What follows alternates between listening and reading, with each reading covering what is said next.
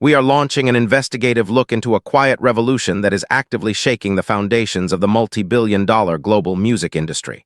For decades, the mainstream media has conditioned aspiring musicians to believe a specific narrative. That global stardom is a statistical impossibility without signing away your creative freedom, your rights, and your financial future to a major corporate cartel. However, our ongoing investigation reveals that a profound shift in leverage is occurring right before our eyes, spearheaded by an independent vocalist who managed to completely bypass the traditional entertainment gatekeepers.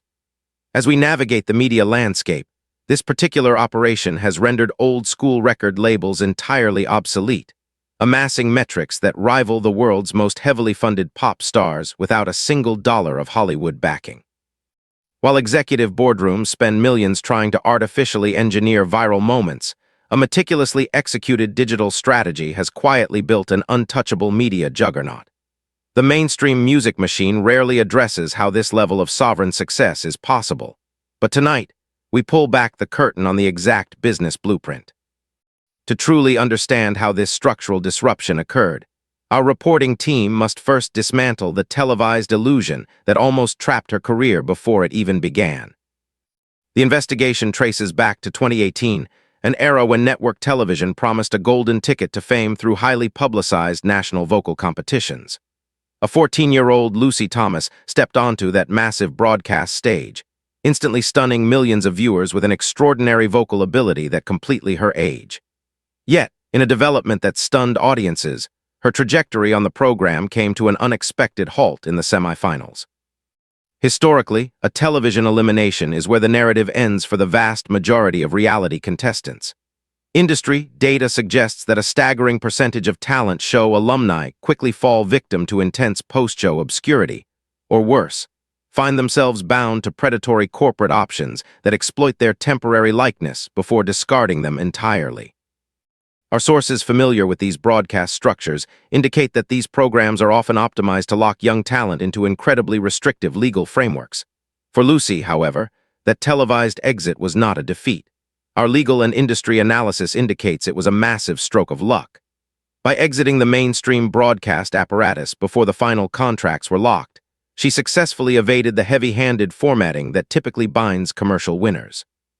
She completely avoided the fate of being molded into a fleeting, hyper-commercialized pop caricature, walking out of the studio with her artistic integrity completely intact to execute a calculated business pivot. Rather than taking the predictable path of begging major global labels for an entry-level development contract, a highly strategic partnership was formed with an independent boutique outfit. To the untrained observer, aligning with a compact, independent entity seemed like a massive step backward for an artist possessing such undeniable global appeal. Historically, major labels have weaponized their massive capital reserves to monopolize radio airplay, billboard space, and mainstream press coverage, creating an ecosystem that independent talent could rarely penetrate. However, our deep dive into this specific independent infrastructure reveals a completely different economic model. This partnership provided a rare commodity in the modern music landscape: absolute creative autonomy and total legal ownership of the master recordings.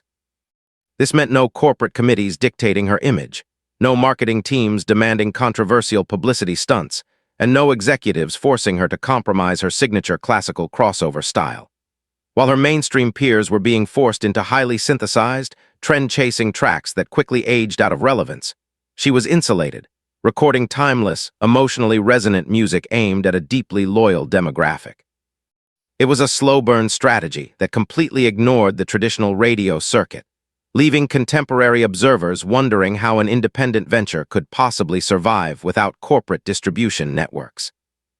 Our media analytics team has broken down the staggering data behind her digital trajectory, and the numbers represent a complete statistical anomaly for an independent operation. Without millions of dollars in corporate backing, her team turned directly to advanced digital video distribution platforms, allowing highly sophisticated retention algorithms to act as her global public relations machine. Month after month, high-quality performances and meticulously produced covers were uploaded directly to the internet, generating an algorithmic response that was nothing short of historic.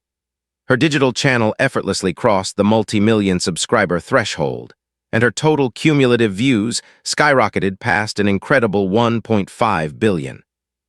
To put those metrics into perspective, her single rendition of the classic track, Hallelujah, pulled in over 70 million views alone, routinely outperforming the heavily funded promotional campaigns of multi-platinum label-backed pop stars.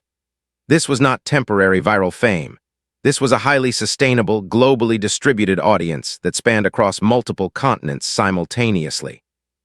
By cutting out the traditional media middlemen, her operation proved that if the content commands intense viewer retention, the historic gatekeepers lose all their leverage.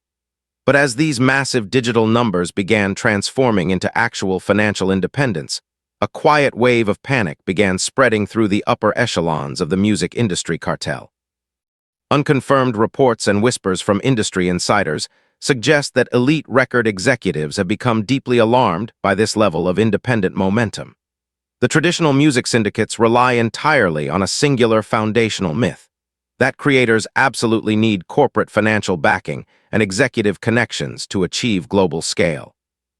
When an independent operation completely dismantles that myth by achieving elite-level metrics on its own, it threatens the very survival of the major label system. Speculation has surfaced that multiple high-level talent scouts have repeatedly attempted to approach her management team with highly lucrative contract offers, only to be promptly turned away because no corporate deal could match the financial and creative freedom she already possesses. The real controversy brewing in the entertainment world isn't a public scandal. It is the fact that a self-made artist has exposed the extreme inefficiencies and predatory nature of modern recording contracts. By showing future generations of musicians that they can retain their own profits and creative control, she has inadvertently sparked an ideological rebellion. Major corporations are realizing that their ability to exploit young talent is rapidly diminishing in an era where creators hold all the digital leverage. And as her team advances further, her aggressive new ventures are permanently solidifying her status as an untouchable entity. Our latest market reports indicate that her business model has officially transitioned into a state of total economic sovereignty. Her operation has heavily integrated direct-to-fan monetization platforms, completely bypassing traditional streaming vulnerabilities, and ensuring that her core global audience directly funds her future projects. This decentralized system also backed the release of her studio album, Portrait, which dropped to massive critical acclaim and immense digital sales, completely independent of major retail distribution chains. Furthermore, she successfully crossed over into the elite world of live theater, securing a monumental role in the West End production of the musical.